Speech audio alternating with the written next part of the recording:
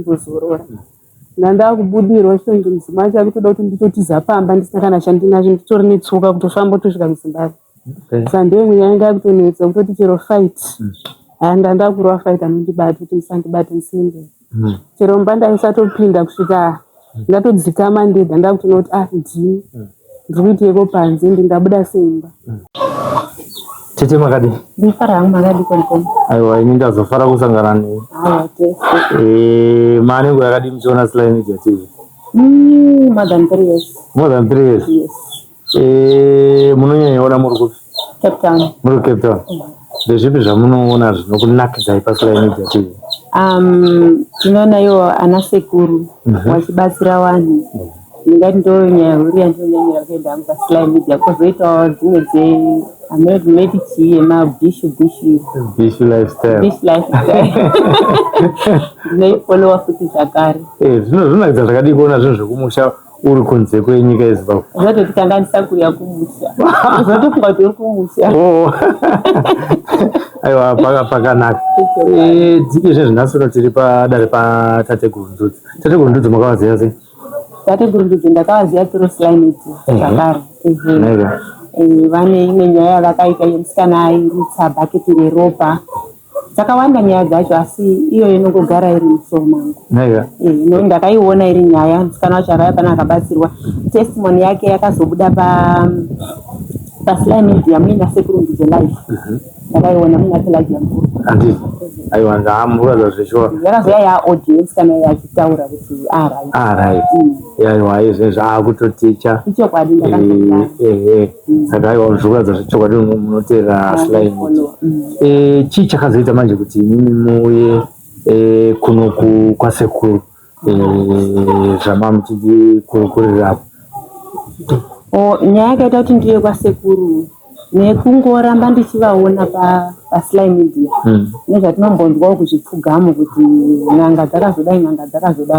Saka nekuramba ndichiona vachibatsira. Pakutanga ndinofunga kuti madhirama asi ndakazoendeona kuti kana riri dhirama racho ridai kumbonoriektawo. Mama wangu aita dambudziko inge kwediko kuvanorwara. Saka ndakataura nasekuru vakawanda ndichibva ndazonzwawo mwoyo wangu uchirovera kwaSekuru Ndudzi. For sure ndakasvika last year muna November ndakauya panapa namama wangu wakabatsirwa.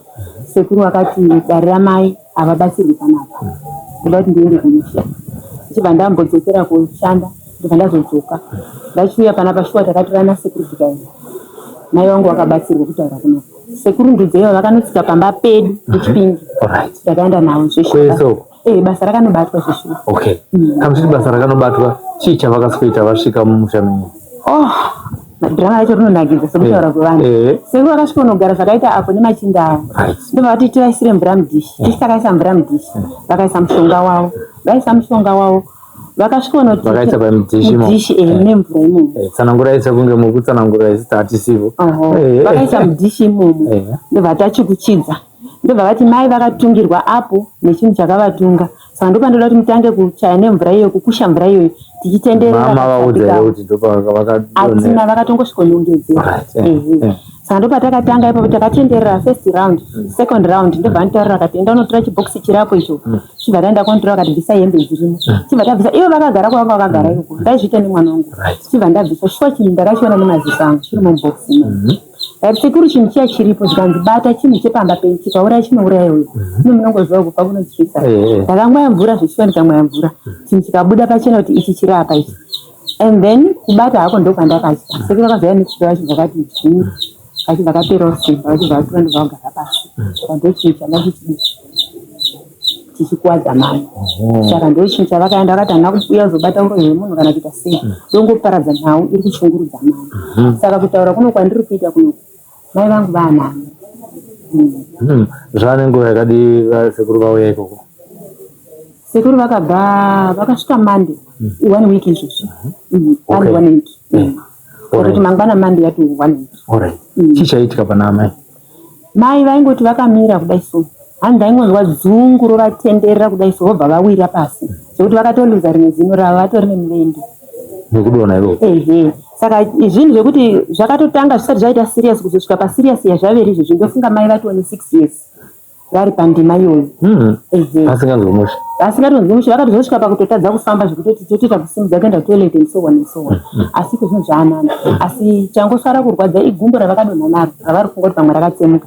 Asi marwadzo emunyama chero mukati vatarisa nyama dzavo vanovaziva mazuva vairwara vanototaura kuti vanai vanotenda kuti nditendere kuna sekuru. Tinotenda zvikuru kwazvo nebasa riri kubatwa nasekuru Ndudzi uye nekufambira varwere kusvika kuna Chipinge kwese. Musati masangana nasekuru Ndudzi pamataura zvekuti amai vakararama 6 years.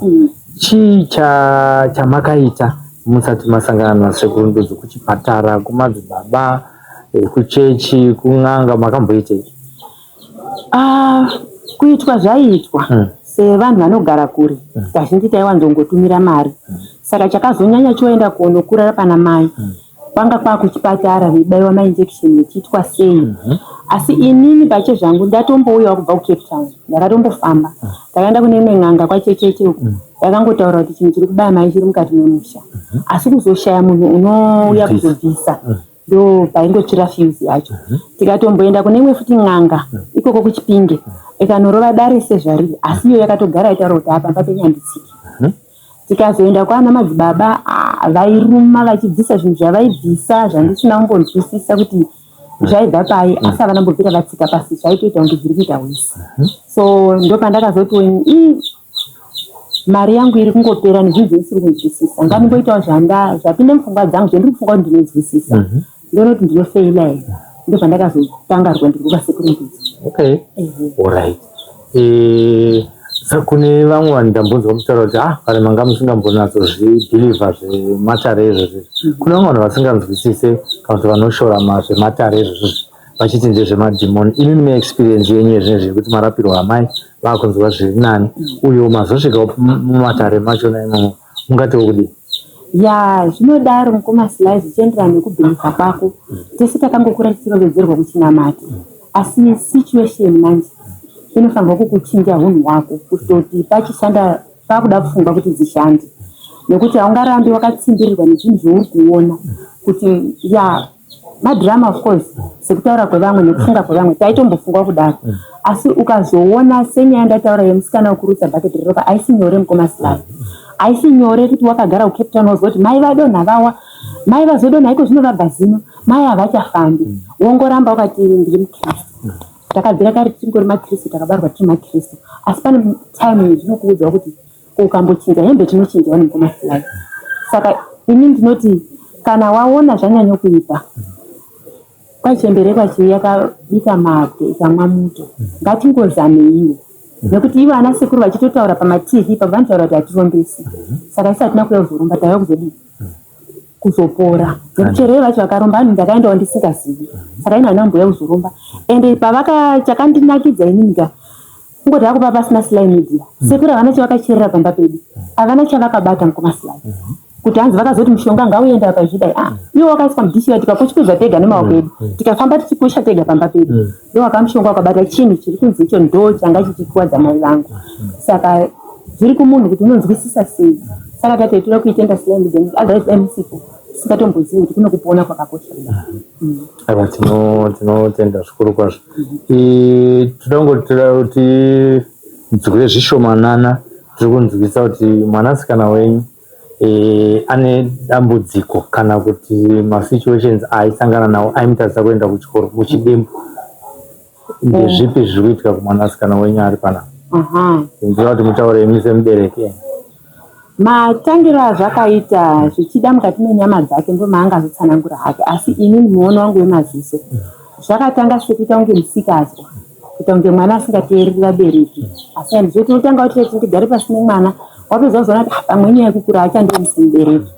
So nekuenda kwenguva kuchechi kwataienda pane muprofita akazongosumukawo ndobva ataura kuti mwana uyu mukawana akuita masinga tienzane nababa wake haasiri iye, nekuti paari pane mudzimu wakamugara, mudzimu wedzinza. So time yavanoita kakupindirana nababa wake haasiri anenge akutaura, mudzimu uri pauri ndo unenge kuti mwana wakundijairira. Saka baba voitawo kuti mwana uri kundiita sei, uri kundijairira, nekuti havasi kuona zviri kuitika pamwana, asi mwana ari kuona zvese, kunyange situation yemumba chaiyo nemararamiro atiri kuita kuti mararamiro haasiriwo, dai wasimuka wabatsira munhu. Saka baba vazodairawo nenzira yavo yeubaba apo vanenge agarwa nezvakamugara zvine zvakuti vakutiteerera. Saka vainetsana zvokuti chero mudhara akaita back off kudasi iye anenge achingoenda chete kuna baba zvokuti ndaitoziva kuti pamwe anogona kuzova mbamba. So dzimwe nguva ndaizomira pakati pavo kuti zvamakuita izvi handizvo, asi ndinotenda kuti iye ainginzwa abva aita calm down oenda ake kubedroom kwako unogara zvokuti ipapo vakatangana nababa ndiripo avandoti maiti uya bate mwana wangu apo mwanasikana. So ndo masituation acho. Saka zvaenda kunotaurwa taziviswa kuti une mudzimu uripo zvakande kuita ukasha hwekuita sekunge isusu tazviziya. Saka tinotoziva nekuti zvinofanirwa kugadzirwa sei apa isusu hatina zvataiziva. Saka zvese zvakaenda zvononetsa kuchikoro haachadzidzi tongofonerwa mwana adonha anoti ane zvaari kuona mumaziso ake kusvikira zvatomukanganisa nechikoro chacho apa. So ndakazongomubatanidza kubadarira mai vangu ndikati kana zviripo zvinenge zviripo asi kuri vachazozviona. So ndinotenda nokuti vakamusvikira ari kumba vachingosvika chete vakandibvunza vakati taranga mwana wako here ndikati chokwadi mwana wangu chikanzi ane dzimu guru rakagara paari kana ada kuzobatsirwa anoenda. Makama vaudza here nokuti mwana wai handina makama vaudza here kuti muprofita akataura zvokuti pane mudzimu? hapana chakatomboti vasiya ndezvazvo. Dare ravo ravakabata redzimu iroro ndo dare ravakavinga pano. Tinongonzwa pfungwa dzenyu tichipesa uri kuendesa tapinda mudare naSekuru tinzwa kuti nyaya yacho yakamira sei. Imi mazvinzwa muri kuchechi mazvinzwa nemupostori kwapanzi ane mudzimu makatanga kufunga sei muri munhu wekuchechi?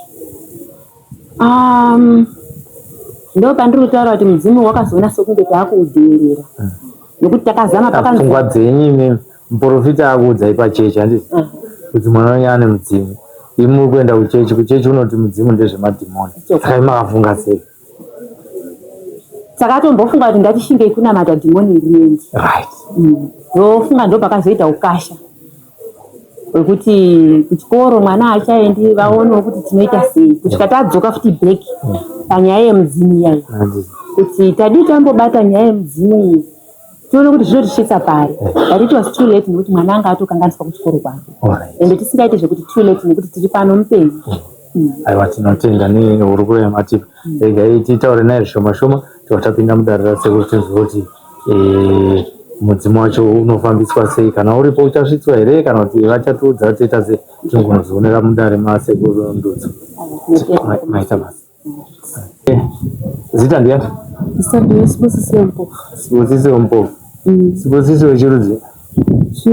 Chinjere. Kuyakuruma? Tozama. Unozama? Takurira mushona. Alright. Sibusiso zvakataurwa namai vako izvi zvinotaurwa zvokunzi pane mudzimu uri pauri iwo wakazvitora sei ngezera rako raunaro?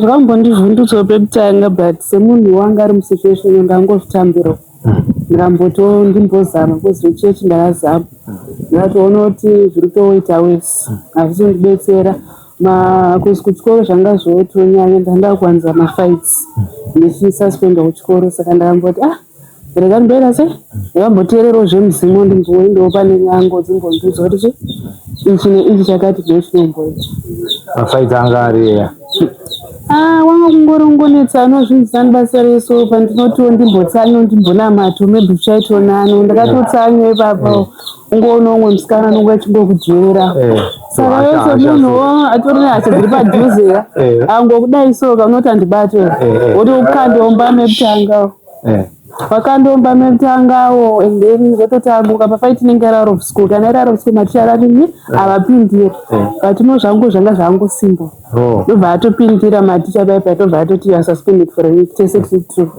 nemusikana iye ndobva tatosuspend ndobva tambosuspendwa tatasuspendwa kanenge ka2 ndiri grade 10 ndasuspendwa kuti ndiri grade 11 saka toda kunzwisa zvimwe zvinhu zvaunofungudza kuti zviri unusual zvaiitika muupenyu hwako kunze kwezvekuchikoro zvautaura zvemafights izvozvi ndezvipo wedha wakarara uchirota kana kuti kungonzwa mavoices kana kuti zviri unusual zvawakangokura uchingonzwa as far as you remember?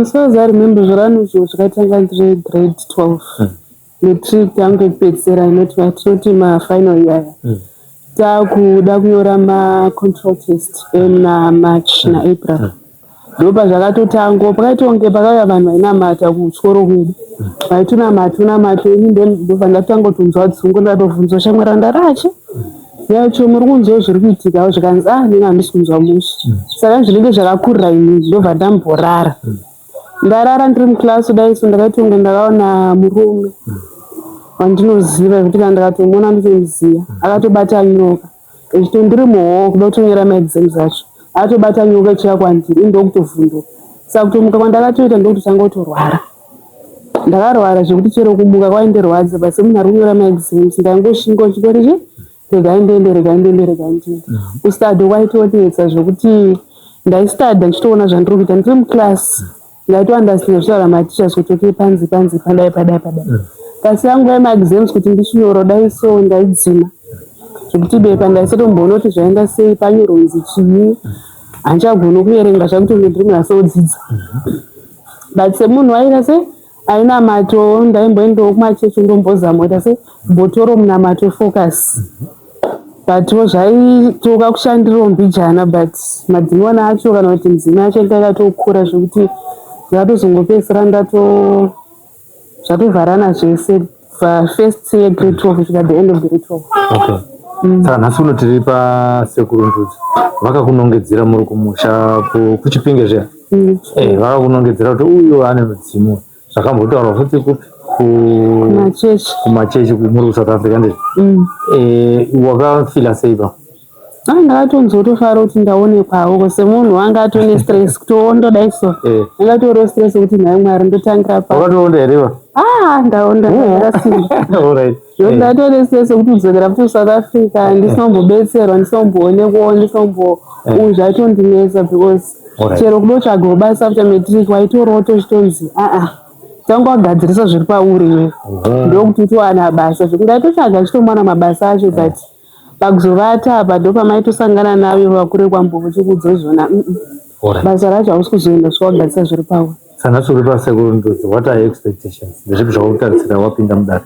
Zvandikutarisira ndapindawo pamatare ungondudza kuti ungoclarify zvandaiudzwawo ndiri kuSouth Africa ndiri kumaprofiti nekumadzimwe andaifambawo kana zviri kugadzirawo zvogadzirawo zveitonani kurwarawo kwacho koita sei kota ushoma because ndine problem yekurwadziwa musoro chitonge munhu akanditsimbirira sometimes kana zvinhu zvacho zvanetsa kana kuti madays before ndauya kunoku zvakazoita kuti ndipreshe mamanagement kuti ndimbouya kuZimbabwe ndimbozorora ndandakubudirwa chitonge mudzimai acho akutoda kuti nditotiza pamba ndisina kana chandinacho nditori netsoka kutofamba kutosvika kuZimbabwe saka ndemwe yanga kutonetsa kutoti chero fight ndandakurwa fight anondibata kuti isandibate ndisinge chero mba ndaisatopinda kusvika ndatodzikama ndega ndakutoona kuti ndiri kuiteko panze ndingabuda seimba ndokutopinda kwangu badhawaiza kana zvakadaro hapana indibata pekupedzisira zvekuita mhotsi mumusoro zvakatanga rii